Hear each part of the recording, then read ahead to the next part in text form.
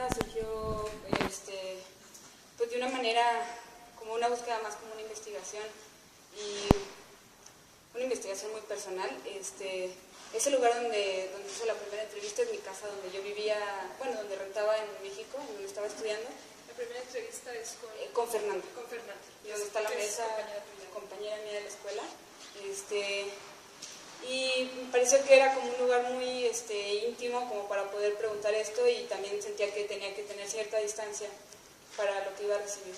Entonces me pareció como adecuado que fuera en mi casa en esos momentos, también como para contextualizarme dentro del espacio en ese momento.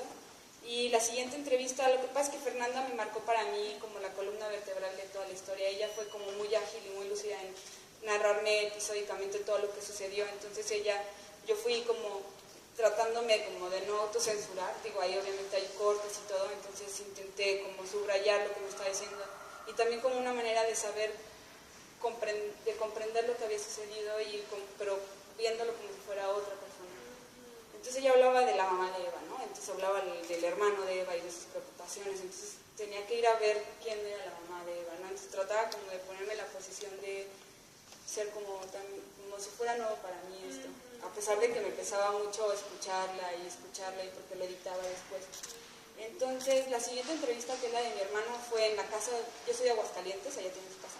Entonces este círculo donde ven es la habitación de mi hermano es del lado izquierdo, y es un lugar donde yo pues he tenido como muchos recuerdos de mi infancia ahí, y es un lugar donde si recuerdo a mi hermano es como ese lugar. Y sentía que también tenía que manejar cierta distancia otra vez, ¿no? Porque mi hermano pues, sabía que me iba a enfrentar a cosas que me iba a decir, y me mantuve como a esa distancia, y mi mamá, bueno, también tenía que alejarme un poco, y mantuve esto porque, pues sí, por lo mismo, como lo grababa, lo editaba y lo fotografiaba al mismo tiempo, no me quería enfrentar como a en el lenguaje cinematográfico, el acercarse a las caras tiene un cierto significado y cierto valor narrativo, y la distancia en este contenido sentía que los círculos que rodean en todo el largometraje ayudan a envolverte tal vez de cierta manera, a continuar con el contenido de lo que estás escuchando. Un poco así. Sí, se nota que es fotógrafa porque, bueno, camarógrafa, ¿no? Fotógrafa porque la iluminación es exquisita en muchísimos lugares y la usas de una manera que revela mucho, ¿no? Que revela mucho, sin decirnos exactamente, ¿no? Como cosas concretas, ¿no? Sino sugerencias, apuntas cosas, ¿no? De una forma muy interesante. Quizá vamos a abrir al público. Tenemos una pregunta por allá. Sí, te voy a acercar el micrófono. No te preocupes, tengo micrófono integrado. Muchas gracias, me llamo Gina. Me interesa mucho tu opinión con respecto al tema de la memoria individual y la memoria colectiva. Esto lo tomo de un filósofo que se llama Paul Ricoeur, y que precisamente aborda de qué manera uno se entiende frente a un espejo, ¿no?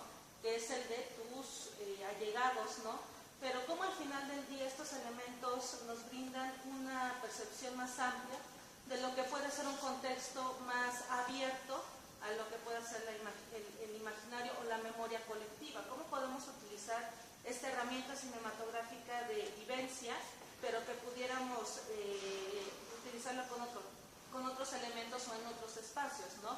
Yo específicamente me dedico a la política, ¿no? A toda la parte de ciencia política, y cómo este tipo de memoria colectiva se queda en el recuerdo de este individuo que fortalece y a su vez rompe consigo mismo, ¿no? Sí.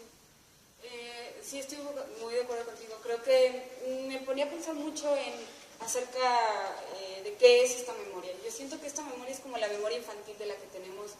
Cuando somos muy niños, tenemos el recuerdo de nuestra madre que nos dijo, están 2 años, ¿se acuerdan que iban caminando? Y tú no te acuerdas, pero tienes ese recuerdo. O sea, no es tuyo porque no existe, o sea, es tuyo, pero está cargado de... Entonces yo sentí que, fue de manera en la marcha, ¿sabes? O sea, hay muchas cosas que están aquí que no las pude haber analizado hasta después que las hice.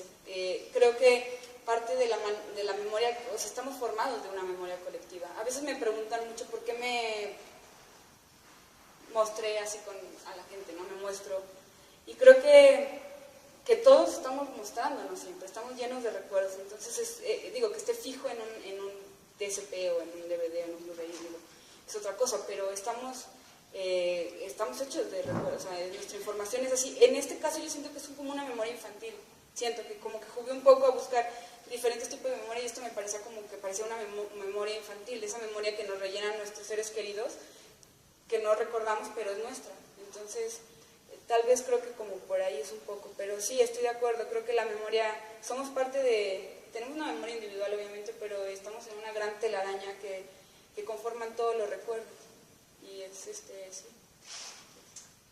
Cuéntanos un poco del título, en este sentido, como sumándome un poco a lo que se ven. Me parece que los recuerdos no se olvidan nunca. Nuestro cerebro me interesa mucho el cerebro humano y cómo almacena información. Y creo que nunca se olvida ni se borra. Se resguarda en alguna parte para protegerte. Y está ahí protegiendo. Entonces, oculta no podía ponerle memoria desaparecida o memoria o sea, era memoria oculta porque estaba ahí, aunque no fuera en mi cabeza, estaba dentro, pero estaba conectada con la información de la gente que quería. Que de hecho mucha gente me decía, bueno, ¿por qué no hiciste preguntarle al doctor o preguntarle a gente que estuviera un poco... ¿Por qué no? Porque si uno quiere almacenar algo que le falta, pues quiere ir con la gente que quiere, ¿no? O ir con la gente que le va a decir de cierta manera algo más honesto, ¿no? O sea, no sé, rellenar la información con gente que te quiere, que quiere ayudarte. Sí. ¿Cómo fue la secuencia final de la decisión de tomar estos fractales y proyectarlos en un paisaje recorrido? ¿Cómo fue? Ahora, o sea, yo sentía que Fernanda, mi mamá y mi hermano te dan un contenido, te dan una información, una historia, y este ensamble final es como para ilustrar un poco muchas de las cosas que están ellos hablando. Obviamente no es literalmente, o sea, no es estricto como se está, o sea, como lo que dicen, pero hay, por ejemplo, un salón de clases, hay una luz en la oscuridad que se mueve constantemente, hay zooms que se acercan como desde puntos de vista, como para trasladarte un poco la sensación, busqué como una parte sensorial. Por ejemplo, la sonda, al final eso sucedió justo después de que yo terminé las entrevistas. Después de la de mi mamá, que fue la última, al día siguiente estaba en la computadora, está hecha con la computadora, con el photobooth, y sucedió, y lo supe una semana después que ese era el final. Es una parte también de investigar cómo funciona el cerebro, cómo uno termina de formular una cosa y sin saberlo va resolviendo cosas. O sea, es como, creo que las cosas más complejas de la vida no somos conscientes de ellas. O sea, las vamos resolviendo como sin darnos cuenta. Y es necesario que estén ocultas, porque no podemos ser conscientes de todo. Creo que es parte de esta última parte de darte como la parte sensorial que a lo mejor en las entrevistas falta. Un poco así. Me encanta, como en la parte de la experiencia, ¿no? La parte de la experiencia, la parte interna, la parte de la imaginación, la memoria. ¿Cómo retratas eso, no? ¿Cómo lo plasmas? Y aquí es como una exploración de esto, mi lectura, no sé, ¿qué más tienes por allá? Leí que esto empezó como un ejercicio para una de tus clases. ¿En qué momento se extiende? ¿Qué son las partes que precisamente se agregan? O si más bien el ejercicio fue todo y el cambio de ejercicio allá un trabajo para mostrar fuera del salón de clases es lo único que marca este cambio. Y en ese sentido también, si al momento de decidir trasladar de la pantalla del salón del CC a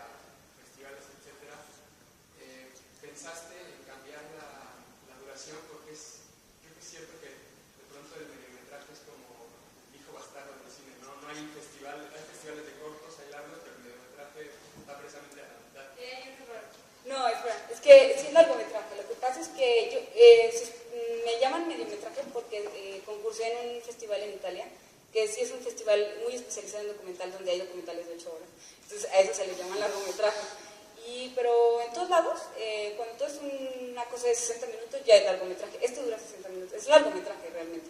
Nada más que le llaman mediometraje por una manera, como fue el primer festival como en el que ganó un premio, y se le llamó mejor mediometraje, porque concursé con otro que duraba 4 horas, o sea, el que ganó el largometraje era de 4 horas. Pero no, es un largometraje. No, sí, siento, pero sí, ya sé cuál, pero duran como 45. Esos son los que son, que no sabemos dónde no se pueden meter a veces, ¿no? Pero no, este sí es largometraje, muy justito, donde llega. Nada más que de repente le llaman mediometraje porque se le cargó el título desde que concursó en Italia, entonces todo es mediometraje, pero no, es largometraje en otros festivales. Pero bueno, regresando a yo estaba con un documental de mi hermano, el segundo entrevistado, y ya había grabado y yo estaba muy feliz por hacer el documental de Miguel y todo, y cuando nos dicen, bueno, ahora vamos a ver cómo se hacen las entrevistas, nos dijeron, bueno, vayan a ver si se hace una entrevista, lo que más les importe, vayan y pregunten, no van a preguntar nada. Entonces yo dije, bueno, es el momento, porque cuando sucedió esto, sucedió hace 9 años, estaba en el primer año de la carrera de cine, estaba a punto de filmar mi primera película y pasó esto. Pasó algo que no entiendo todavía hasta la fecha lo que sucedió. Y cuando yo regreso, yo estuve 2 meses en el psiquiátrico, cuando regreso al CCC de nuevo, no me dejan entrar a esta generación donde yo estaba a punto de filmar y me dicen, no, para que estés más tranquila, vete un año a guión, estudié guión un año y luego regreso otra vez a realización. Y pues para mí fue un castigo terrible, mientras yo veía a todos mis compañeros filmar y yo estaba escribiendo guión. Entonces fue 8 o 9 años, yo preguntaba y me decían, no te podemos decir porque los psiquiatras que vinieron a esta escuela nos dijeron que lo mejor era para no causarte estrés, no decirte qué sucedió. Entonces yo, bueno, mi imaginación voló, yo me imaginé que había hecho algo espantoso. Durante 8 años yo iba a la escuela creyendo que todo el mundo sabía que había hecho menos yo, entonces me costaba mucho trabajo sobrevivir en esa época. Se formuló con muchos, esa película al principio surgió no me gusta decir, pero con mucho dolor, pues, o sea, con muchas ganas de decirle a todos, o de descubrirme también, de saber qué había sucedido. Fernanda, nunca le había preguntado a Fernanda, le había preguntado a Abraham, al otro chico que nos había acompañado, él fue el que me dijo que no me podía decir, y yo lo tomé con mucha calma y dije, ok, pues adelante, ¿no? Voy a seguir. Y llegó este momento en el que la misma escuela me puso con la misma disyuntiva, o sea, con la misma, que me formulara lo que había sucedido, y me acerqué a Fernanda, y Fernanda, sin ninguna duda, me dijo, claro, ¿y te puedo grabar? Me dijo, sí, me puede grabar. Entonces, creo que Fernanda, desde la primera entrevista, fue como cuando yo ya lo mostré a mi salón, que solo iba a ser como para un pequeño grupo, pues mis asesores me dijeron, tienes que continuar con esto, o sea, tienes que seguir, ve y pregúntale a tu mamá qué pasó, ve y pregúntale a tu hermano qué pasó. Entonces, creo que la película se formó justo después de haber hecho la primera entrevista. Y entonces dejé a mi hermano de lado y ya luego me dijo, no, voy a hacer mi película. Y ya le dije que ahora ya se la voy a hacer ahora, entonces ya ahora ya la voy a hacer.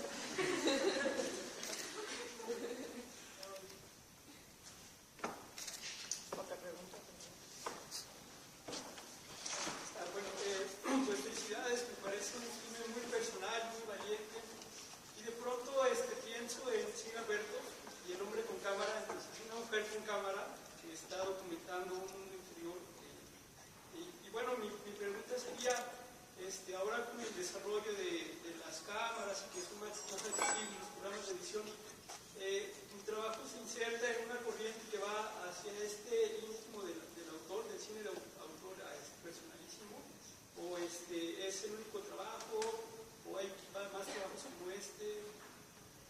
Pues el de mi hermano fue un poquito también entrándole ahí, ¿verdad? Creo que surgió, había hecho otros cortometrajes, que obviamente, bueno, uno no puede hacer nada que no ¿sabe? Por más que uno se quiera esconder en un personaje, pues bueno, le va a salir ahí, ¿no?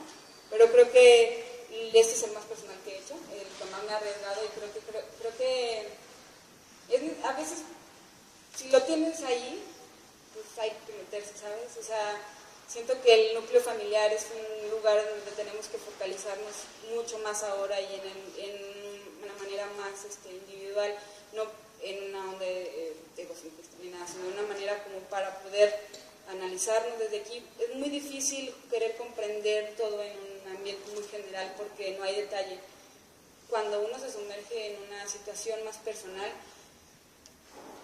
pues no hay que autocensurarse, hay que buscarle un poco, o sea, es bien difícil, a mí me cuesta mucho trabajo ya verla, porque ver a tu madre diciéndote eso y a tu padre, a tu hermano, no, a mi padre no, a mi hermano diciéndome eso y a Fernanda me pesa mucho y ahorita me pesa y digo que cuando se vayan, ya no esté mi madre y yo espero que me dure mucho, me va a pesar todavía más tenerla grabada diciéndome eso, entonces sí es una cosa que te va a dar mucho, pero al mismo tiempo pues duele, pues es necesario. Yo creo que si ustedes, los que estén ahora, aunque no se dediquen al medio, con sus cámaras y tienen el chance y el momento, graben a sus seres queridos. Creo que es una de las cosas en donde los pueden concentrar y tenerlos ahí, ¿saben? Es como, más allá de eso, es como, agárrenlos donde puedan y guárdenlos. Las voces. Por ejemplo, en la parte última donde se escucha el grito, que es un grito muy desolador, me costaba mucho trabajo tratar de dimensionar a las gentes, a las personas, la situación en la que mi mamá, más que yo, mi mamá, la que había estado muy consciente en el lugar, y sentía que sonoramente tenía que trasladarlos, porque visualmente puede ser un recurso más fácil, pero sonoramente es muy difícil ir a agarrar. Esto me lo encontré, esos gritos, es un video muy fuerte, descontextualizado y viéndoles muy triste y muy feo. Es una señora con un Alzheimer terrible que me encontré buscando una locación, una señora muy joven y estaba en el infierno literalmente. Entonces lo vi, para mí cuando me recordó lo que decía mi mamá, me recordaron muchas cosas y sentía que tenía que trasladarlo porque sonoramente a veces sí es necesario como la búsqueda documental del sonido. A veces lo dejamos muy de lado y eso es el que nos lleva más directo a tocar fibras que a veces no se pueden tocar solo viéndolo.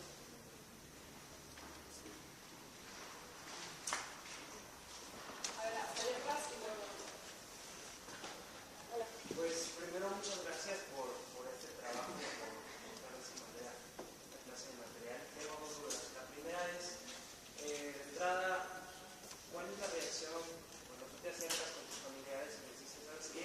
Quiero que me cuentes un episodio de un recuerdo. Y en segunda, tú cuando ves un documental, ¿qué es lo que sientes? Híjole, cuando le dije a mi hermano que lo quería grabar y a mi mamá, bueno, mi mamá y mi hermano, pues, mi hermano no entendía, decía, ¿para qué quieres grabar eso? ¿Pero cómo? ¿Para qué? No vas a mostrárselo a mis amigos, van a decir que soy una hermana loca, cosas así, o sea.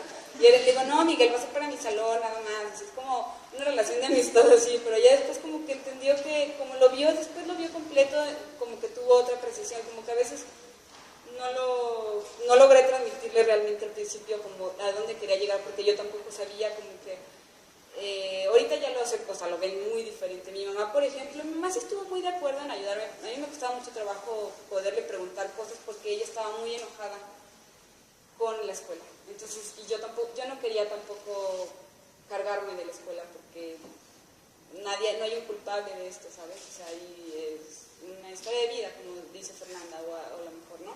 Y mi mamá tenía cosas ahí que yo no quería que dijera, entonces fue un conflicto de pues tratar de desviar su enojo para que se concentrara en otra cosa. Ahora que lo veo, me pega mucho, yo lo veo y lloro todo el tiempo, entonces ya no lo veo porque me pega y me pega y me pega y me pega, o sea, no he dejado todavía de aislarme por completo, de verlo como un personaje, o sea, o intentarlo ver como otra cosa. Y ya no lo veo ahorita porque si no ahorita estaría llorando aquí con ustedes, entonces ya llego como yo muy fresca, pero sí, me pega todavía. Espero verlo después, con otros ojos, pero ya que pase un ratito, yo lo valgo. Gracias. No, de qué a ti, gracias. ¿Cómo fue el cambio en ti al momento de recopilar todos estos datos blancos? Y si en el momento de que se te estaban contando sentías como si las imágenes volvieran a ti o algún rasgo de ti. Para mí fue la primera entrevista, la de Fernanda, me tranquilizó el alma, la verdad. Me acuerdo cuando lo estaba diciendo, ella muy cuidadosa. Si lo notaron, no dijo más allá de... Es un rasgo de una amistad que se nota, de que yo la quiero mucho y se ve. Pero me alivianó, me hizo... como dije, hey, no soy tan mala, chavo. O sea, ¿sabes? Como de... No era tanto lo que yo... Me tranquilizó mucho. Y luego con el paso, pues mi hermano, me acuerdo que cuando me contó que yo me había salido, eso yo no sabía, eso no me lo había contado. Entonces para mí era como de, oh, me están contando algo nuevo. O sea, bueno, también lo defiendo, pero me dijo, ay, yo hice eso. Así como y mi mamá, lo de mi mamá, ya sabía mucho, porque me contaba anécdotas más familiares. Pero como lo fue desarrollando en el momento, también me platicó como cuando, pues me platicó cosas que también no lo sabía, pero nunca me los... Es que cuando sientas a alguien enfrente y hablar, tienen una manera ya de contártelo muy diferente. Fue un descanso, al final fue un descanso y con mucho también otra vez con miedito de decir, bueno, lo voy a mostrar ahora que sí, o sea, que se va a pensar después de esto. Porque pues sí estás un poco encuerado ahí, o sea, aunque no me muestro la cara, no me muestro la cosa, pero pues hay mucha información. Pero es la única forma de poder tocarla, o sea, de repente siento que es una manera de, al final yo siento que es como una charla, como cuando te conectas con alguien en un lugar y le cuentas cosas, y es una manera de como de tocar a la banda y de tocarme y de tocarme.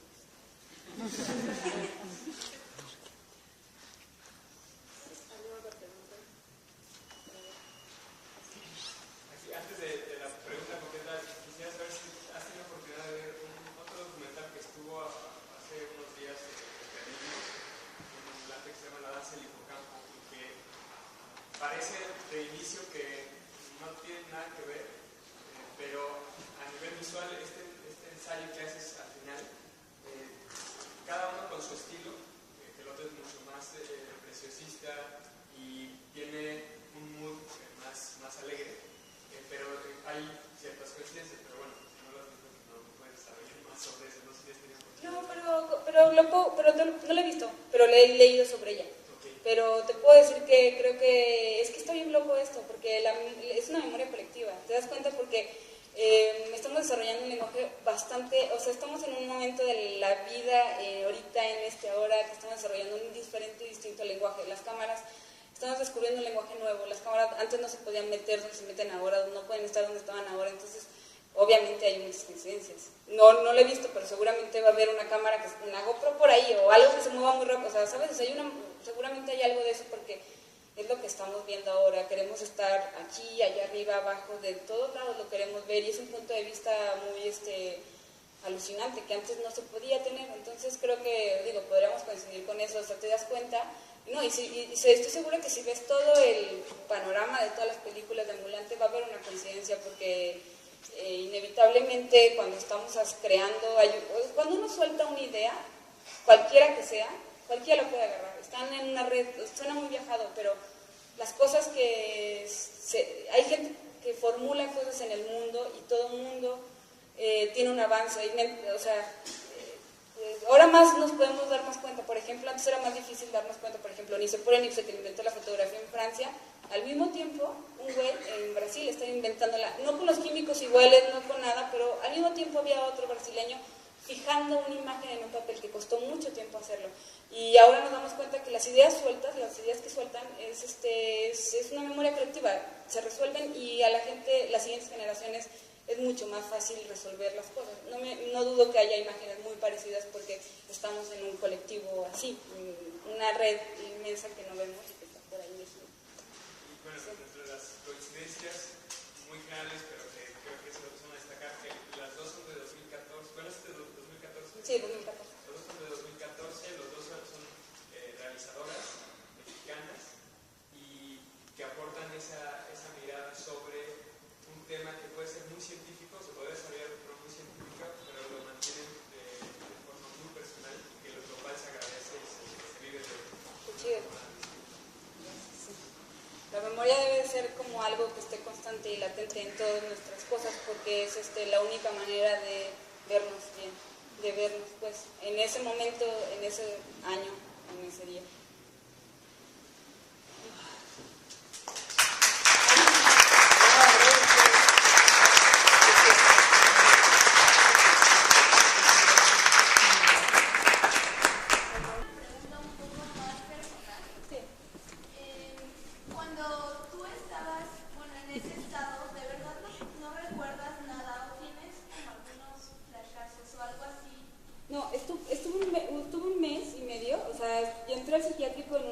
psicótico muy agudo. Me dieron medicamento muy cabrón, yo estaba en el infierno, la verdad es que mi mamá me fue a sacar del infierno, literalmente. Yo estaba, dice mi mamá que un día duré como 12 horas escondida atrás de, o sea, me iban a matar, o sea, en mi cabeza estaba eso, perdón. Pero, no me hacía nada. Mamá es química farmacobióloga, sí, investigo muy bien, ¿no? Es una práctica que ya no es experimental. Los electrochoques lo que hace es que te da una descarga, ni nada de segundos, así nada, como si prender una milésima de segundo un poco, te dan un relajante muscular si no te madreas todo. Entonces, por protocolo son 6. Cada vez que te dan uno, te borran un pedacito. La verdad es que al principio yo tenía miedo porque no sabía, es algo extraño porque es una sensación de me han quitado algo y no sé qué me quitaron. Pero no recuerdo, cuando regresé yo seguí todavía un rato en el psiquiátrico, entonces claro que tengo recuerdos del lugar, en el sitio y todo, y escuché a toda la gente que estaba alrededor de mí, fue muy difícil ver a mi mamá ahí, pero estaba muy feliz de verme mejor y todo, y mi hermano también, entonces, el recuerdo es muy raro porque es como, tuve un mes y medio ahí y me parece que estuve 2 días nada más. Entonces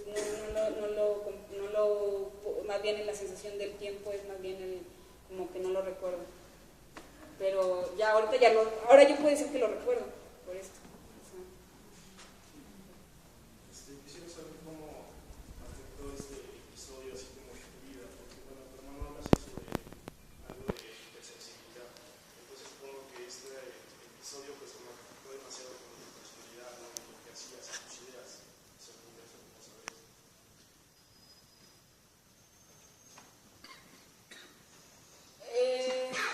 Creo que yo lo había experimentado mucho con mi hermano, pues yo había visto, mi hermano desde muy niño, él estuvo, bueno, los dos nos llevaban con psiquiatras porque mi hermano era muy desmadroso, mi papá se fue, o sea, broncas que ahora la mayoría de las personas tenemos. Aguascalientes éramos de las pocas familias que sus papás se divorciaban. A mi hermano le pegó muy fuerte, entonces mi hermano siempre tuvo con mucha energía y violencia. La autoridad nunca existió para él, un chico con muchos problemas, y mi mamá lo ayudaba mucho. Yo me la pasaba diciendo porque odiaba tener un hermano así, pero me empecé a convertir como un poco como él, porque la misma sociedad te iba hablando, entonces yo también no me quería dejar, entonces fui generando como muchos estigmas, que los estigmas te generan muchos pedos después a la larga. Entonces, mi hermano para mí fue como la cabeza en la que experimenté muchas cosas. Por ejemplo, está muy loco porque un mes antes yo he ido con mi mamá a ese psiquiátrico porque íbamos a meter a mi hermano y yo tomé fotos de ese psiquiátrico. Entonces, regresar a ese lugar un mes después no creo, o sea, no, sobre todo porque mucho de mi locura, lo que estaba viviendo es que yo empecé a tener coincidencias de cosas que no tenían sentido. Yo leía un papel y luego me encontraba otro y lo sumaba y me daban un número y luego volteaba para allá y me daba cosas que no tenían, ahorita no lo puedo comprender, pero en ese momento ver tanta información que me estaba llegando y me estaba saturando, me estaba volviendo loco, y lo único que creía que era el infierno. Puedo decir que la hipersensibilidad solo lo único que a mi hermano le generó muchos pedos en la infancia porque le dolían mucho las cosas, nos dolían mucho. Yo todavía no hace mucho, pues a mí me pega, yo soy muy llorona, pues ahorita estoy aguantándome, pero yo lloraba mucho durante la carrera del primer año, yo lloré mucho porque me enfrenté a una escuela en donde pues te exponen, tú muestras un trabajo y va a haber una crítica, y son críticas muy duras, te pesa y te cuesta, y sobre todo si haces algo más personal, pues te pesa porque te duele, ¿sabes? Es eso más bien, como que la hipersensibilidad de la que habla es de ese dolor que le pegaba de repente que le dijeran cosas, y mi hermano siempre ha sido muy respondón, muy cabrón y muy así, ¿sabes? Me hacen, pues nunca he querido tener el sentido de víctima, siempre ha querido como, y eso es lo que yo creo que como que trata de decir, de su sensibilidad en cuanto a que sentía, porque hay gente que le dicen, y me parece súper sano, increíble, que se le resbala, ¿no? Y uno intenta cada vez más hacerlo así, pero a veces cuando uno es muy joven no lo entiende y se quiere pelear con el mundo y decirle, no, ¿sabes? O sea, y mi hermano, yo creo que eso fue como su hipersensibilidad, de la que él llama, es eso, es que le pesaban las cosas que le decían, muy fuerte, muy fuerte. Una última pregunta por allá atrás.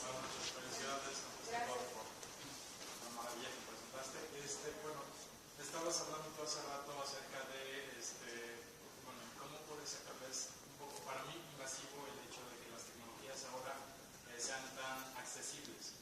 El hecho de poder grabar cualquier momento de tu vida y tenerlo para un futuro. Dijiste también ahorita acerca de cómo te pesa el presentar cosas como estas, volver a recordarlo. ¿Cómo decides transgredir tu privacidad, la barrera de tu privacidad? ¿Y cuál fue el fin por qué presentaste esto? Mira, lo transgredí porque en el momento que me sucedió en un lugar público. Si a mí me hubiera esto pasado en mi casa, mi mamá me lleva al psiquiátrico, lo arreglamos y nadie se da cuenta. Yo regreso un mes y medio después a la escuela y le digo, me rompí la pierna, no pude venir. Pero sucedió en un salón de clases, fui expuesta, me expuse enfrente de todos. Yo hice cosas que no sé qué, o sea, claro, ahora todavía no sé bien con claridad qué hice, o sea, lo que dice Fernanda, pero, o sea, fue en un lugar público, o sea, yo creo que como se salió fue público desde el origen, sentía que vivía en una burbuja que es el CCC también, entonces ese era mi mundo, ¿no? Entonces yo se lo quería mostrar a ellos, o sea, y de repente, pues no, ya salí de la escuela y el mundo es más grande, ¿sabes? O sea, como que fue muy fácil tal vez por el principio decir, lo voy a mostrar aquí, y que es como el primer, o sea, como que primero te pones, y ya después salir ahora y ahora a mí me encanta venir, pues salgo muy, con muchas ganas de seguir haciendo, y siento que el mensaje llega de una u otra manera, llega y pues está padre. A veces me cuesta, ¿sabes?, estar aquí, y bueno, lo que decían de las imágenes, que ahora yo siento que está muy chido. A veces hay gente que dice que no, que esta sobresaturación de información no va para ningún lado, pero yo creo que sí, estamos generando, yo creo que la verdadera historia de la humanidad. Suena muy acá, ¿verdad? Pero es de verdad, antes se podía borrar muchas cosas, ahora se pueden quedar en una nube perdida virtualmente, y ahí están esas cosas, ¿sabes? No se pierden. Una manera de decir, somos humanos, estamos aquí, ¿sabes? Y antes era muy difícil porque se quemaban los libros, se quemaba todo lo que se quería destruir, se destruían, y ahora hay algo que hemos hecho para que no se olvide, ¿sabes? Entonces debemos ser muy conscientes y muy responsables de estar en esta época y sentirnos bien chidos de que tenemos la oportunidad de agarrar lo inagarrable, que es la realidad de ser.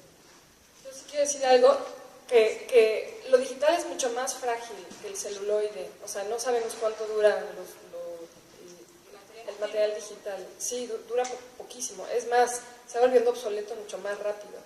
Entonces, esto es importante para que sepan que los VHS que tienen en casa, o ahora que si les interesa hacer una memoria familiar o una historia oral, ¿no? O están ustedes mismos en su proceso de hacer un trabajo cinematográfico, que piensen a futuro en dónde lo van a resguardar, porque los discos duros caducan, se vuelven obsoletos, y es un problema, digo, no está resuelto aquí, no está resuelto en Estados Unidos, no está resuelto en ningún lado. Entonces, hay muchas páginas de internet que se han ido perdiendo. La nube... Hay una nube, no, pero la nube no tampoco nos garantiza que va a estar... No, pero se puede... Sí, pero en las redes no, siento que es más fácil, siento que es sí, es más perdurable, mucho más. O sea, a lo mejor no, porque tal vez no, a lo mejor no, pero en este momento parece que es lo que, parece que sí. Pero puede ser porque es que antes era más difícil, pero de ahora a antes ya hay un camino enorme, porque uno lo sube a una burbuja y lo puede agarrar 100 personas, y esas mismas 100 personas guardarlo, o sea, hay una forma más fácil de reproducción. Antes, pues, hazte una copia en 35, pues no, primero quien la paga, ¿no? Entonces, de diseminación, sí, pero sí. de diseminación. Pues, y el valor sí, que le da a la gente, ¿no? Porque precisamente, como sabes que puedes reproducirlo tantas veces, se puede que lo almacenar borres. para siempre. No le das el mismo valor mismo que valor. tenías en el objeto. Claro. Y regresando un poco al punto de Alonso, perdón, es que me dieron ganas de pronto me desperté así con los temas. Yo creo que sí hay muchos documentales ahora sobre la memoria, precisamente por esto, porque estamos pensando en dónde queda resguardada, ¿no? Por esta saturación de imágenes precisamente, digo, yo experimento muchos momentos de, eso lo pensé, lo vi en internet, alguien me lo contó, lo soñé, ajá, exacto, entonces siento muchos borrones percepción y de no poder así exactamente de dónde saqué esa información. Entonces hay una resonancia muy padre para mí con tu documental, y que no puedo decir que he vivido una experiencia con la que has vivido, pero sí entrar a tiempos, espacios que no sabes exactamente dónde están, cuándo fueron, esa desorientación como muy grata. ¿Alguien quiere decir algo más? Y ya cerramos. Gracias. No, felicidades, y pues a qué se dedica tu hermano. Mi hermano se dedica a... mi hermano es una figura pública, mi hermano es rapero, mi hermano es uno de los raperos más importantes, no es que lo diga yo, ¿verdad? Soy su hermana, pero es de los más importantes del rap hardcore en México. Tiene un programa de televisión, tiene un programa de radio, si lo ven, pues tiene muy facilidad de habla. Tiene un nivel de convocatoria muy amplio, pero vive porque él es hardcore, entonces la violencia es la violencia, ¿no? Entonces, ahora el documental va un poco de eso, va de él como individuo en una sociedad, cómo la sociedad te mete en un cajón y no te deja salir de ese cajón. A mi hermano le ha costado mucho trabajo ser quien ha querido ser. Mi hermano tiene un nivel de convocatoria enorme. Miguel dice, venga Celita, mi hermano le dice en el tanque, bueno, se lo pueden buscar por YouTube. Tiene un crew muy grande en todo el país que se llama Mexamafia. Por ejemplo, cuando era muy niño, mi hermano firma en la penal, o sea, porque tuvo peleas muy graves desde los 15 años. Entonces mi hermano tiene problemas con la ley desde hace mucho tiempo. Lo más loco es que ahora, como tiene un nivel de convocatoria muy cabrón, el gobierno lo jaló. O sea, ahora es horrible, porque, o sea, no lo quería, pero ahora lo quiere. Entonces es como la reivindicación de la sociedad, no te puedes salir nunca, o sea, te ponen y te acomodan, entonces es una utilización. Entonces para mí es como retratar este momento de su vida en el cual él siempre ha querido que lo acepten, porque buscamos la aceptación, y al mismo tiempo como ha sido bien rechazado, muy cabrón, y le ha hecho mucho daño, pero está ahorita como en una posición que se puede ver dentro de esto, y retratar la ciudad de Aguascalientes, que tengo muchas ganas de hacerlo, es como él sí. Pues esperamos ese trabajo muy ansiosamente. Creo que tenemos que cerrar la sala. Igual tienes un momentito para... ¿Está bien? Ok, venga. Como tanque con K, tanqueónico. Sí, y se llama Mexamafia, su grupo, es su hardcore chido, tiene canciones con Wu-Tang Clan. La habitación de mi hermano es del lado izquierdo, y es un lugar donde yo pues he tenido como muchos recuerdos de mi infancia ahí, y es un lugar donde si recuerdo a mi hermano es como ese lugar, y sentía que también tenía que manejar cierta distancia otra vez, ¿no? Porque mi hermano pues, sabía que me iba a enfrentar a cosas que me iba a decir, y me mantuve como a esa distancia, y mi mamá, bueno, también tenía que alejarme un poco, y mantuve esto porque, pues sí, por lo mismo, como lo grababa, lo editaba y lo fotografiaba al mismo tiempo, no me quería enfrentar como a esta, en el lenguaje cinematográfico, el acercarse a las caras tiene un cierto significado y cierto valor narrativo, y la distancia en este contenido sentía que los círculos que rodean todo en todo el largometraje ayudan a envolverte tal vez de cierta manera, a continuar con el contenido de lo que estás escuchando, un poco así. Sí, se nota que es fotógrafa porque, bueno, camarógrafa, ¿no? Fotógrafa porque la iluminación es exquisita en muchísimos lugares y la usas de una manera que revela mucho, ¿no? Que revela mucho, sin decirnos exactamente, ¿no? Como cosas concretas, ¿no? Sino sugerencias, apuntas cosas, ¿no? De una forma muy interesante. Quizá vamos a abrir al público. Tenemos una pregunta por allá.